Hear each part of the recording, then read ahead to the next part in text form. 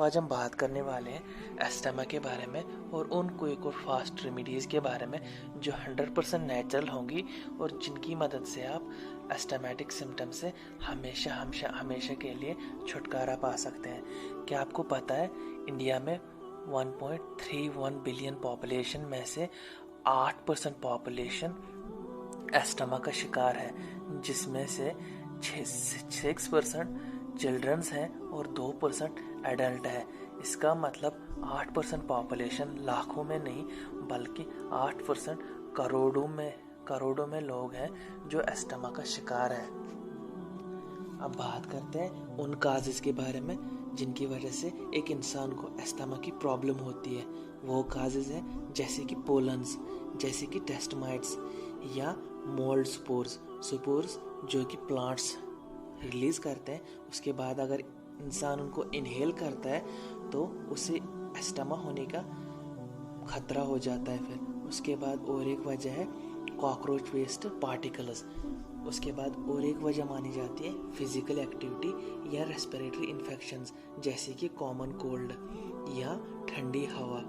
उसके बाद और एक वजह मानी जाती है एयर पोल्यूटेंट्स या इरिटेंट्स जैसे कि स्मोक। इसके अलावा और कुछ वजह मानी जाती है जैसे कि जेनेटिक्स जैसे कि अगर आपके खानदान में या ब्लड लाइन में किसी को भी एस्थमा हो तो हो सकता है कि आपको भी एस्थमा हो सकता है। अब बात करते हैं एस्थमेटिक सिम्टम्स के बारे में। तो वो सिम्टम्स हैं जैसे डिफिकल्टी इन ब्रीदिंग, जैसे कि सांस लेने में तकलीफ होना। दूसरी है चेस्ट पेन, जैसे कि सीने में दर्द होना या लगातार खांसी आना। एस्थमेटिक पेशेंट्स को मैक्सिममली रात के टाइम बहुत ज़्यादा खांसी आती है या एक्सरसाइज करते वक्त, इसलिए एस्थमा पेशेंट्स को माइल्ड एक्सरसाइज करने की ज़्यादा सलाह दी जाती है। तो ये थे कुछ सिम्टम्स एस्थमा से रिलेटेड। अब बात करते हैं उन क्विक और इफ़ेक्टिव रेमेडीज़ के बारे में जिनकी मदद से आप एस्थमा से हमेशा हमेशा के लिए निजात पा सकते हैं। अब बात करते हैं पहली और इम्पॉर्टेंट रेमेडी की, जैसे कि आपका डाइट प्लान। आप खाते क्या है, आप पीते क्या है और उसका असर आपके एस्थमेटिक सिम्टम्स पे कैसा पड़ता है, तो उसके बारे में बात करते हैं। ज़्यादातर ऐसा देखा गया है कि जो लोग ओवरवेट होते हैं उनके एस्थमेटिक सिम्टम वर्स बन जाते हैं। इसलिए एक प्रॉपर और हेल्दी वेट मेंटेन करना ये बहुत ही बड़ी बात होती है एस्थमेटिक पेशेंट्स के लिए। एस्थमेटिक पेशेंट्स को चाहिए कि वो वाले फूड्स खाए जो इन्फ्लेमेशन कम करते हैं। वो फूड्स हैं जैसे जिन फूड्स में एंटीऑक्सीडेंट्स पाए जाते हैं, बीटा कैरोटीन, विटामिन सी और विटामिन ई।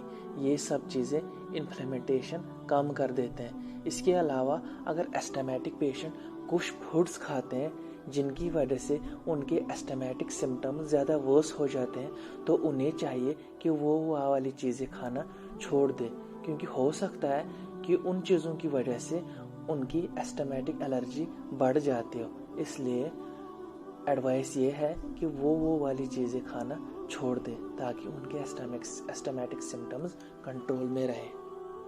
इसके बाद दूसरी रेमेडी है बुटीको breathing technique.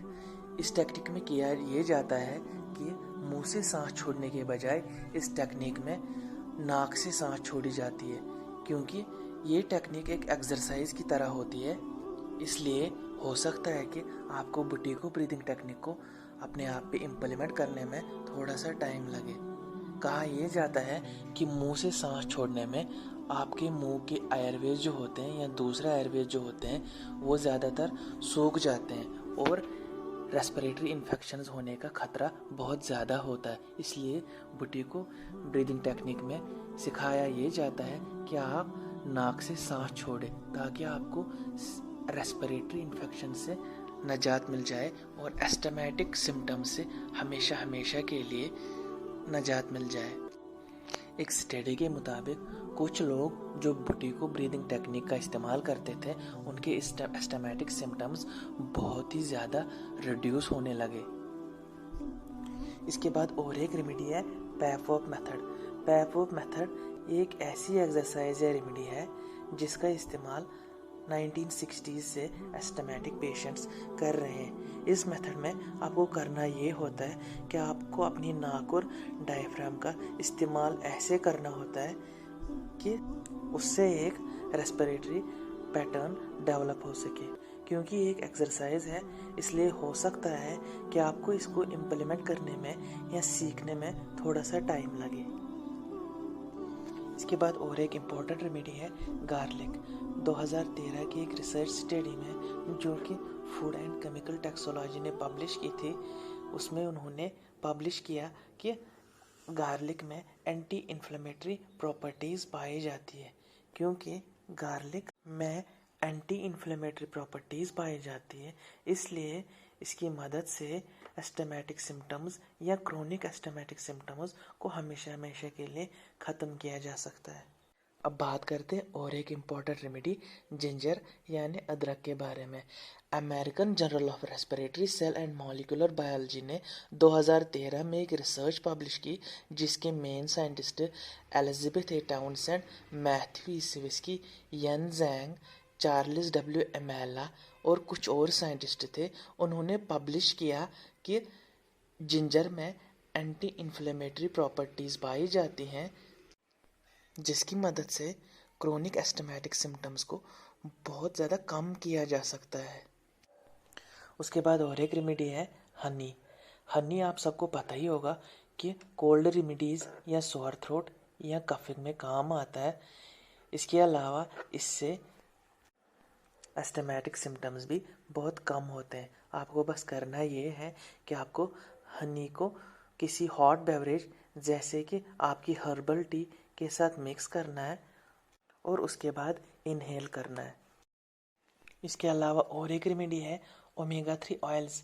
Omega 3 oils maximally मछलियों में और फ्लैक्स सीड्स में पाए जाते हैं। ओमेगा 3 ऑयल्स में एंटी इन्फ्लेमेटरी और लंग फंक्शन इम्प्रूव करने के बहुत ही ज़्यादा प्रॉपर्टीज़ होती हैं। लेकिन जितना ज़्यादा हो सके आप ओमेगा 3 ऑयल्स को नेचुरली लेने की कोशिश करें, ना कि पैक्ड वंस। उसके बाद और एक इम्पॉर्टेंट रेमेडी है कैफ़ीन। आप सबको पता ही होगा कि कैफ़ीन एक ब्रोकोडिलेटर है।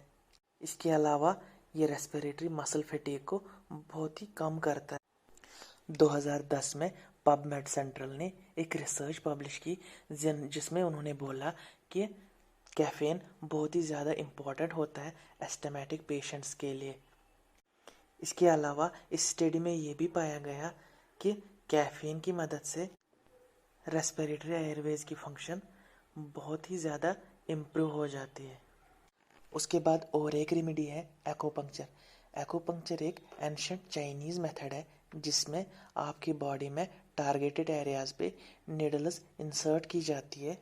बहुत सारे एस्थमेटिक पेशेंट्स जिन्होंने एक्यूपंक्चर ट्रीटमेंट का इस्तेमाल किया, उनका एयर फ्लो, चेस्ट पेन और बाकी सिम्टम्स बहुत ज़्यादा रिड्यूस हो गए। तो ये थी कुछ एस्थमेटिक रिलेटेड रेमेडीज़। अगर आप इन रेमेडीज़ को फॉलो करते हैं तो आपके एस्थमेटिक रिलेटेड सिम्टम्स मैक्सिममली ख़त्म हो जाएंगे। अगर आपको ये वीडियो इन्फॉर्मेटिव लगा तो प्लीज़ चैनल को सब्सक्राइब कीजिए और बेल आइकन पे क्लिक कीजिए ताकि आपको और भी वीडियोज़ के अपडेट्स मिलते रहे, क्योंकि मैं हर दिन एक नया वीडियो अपलोड करता हूँ।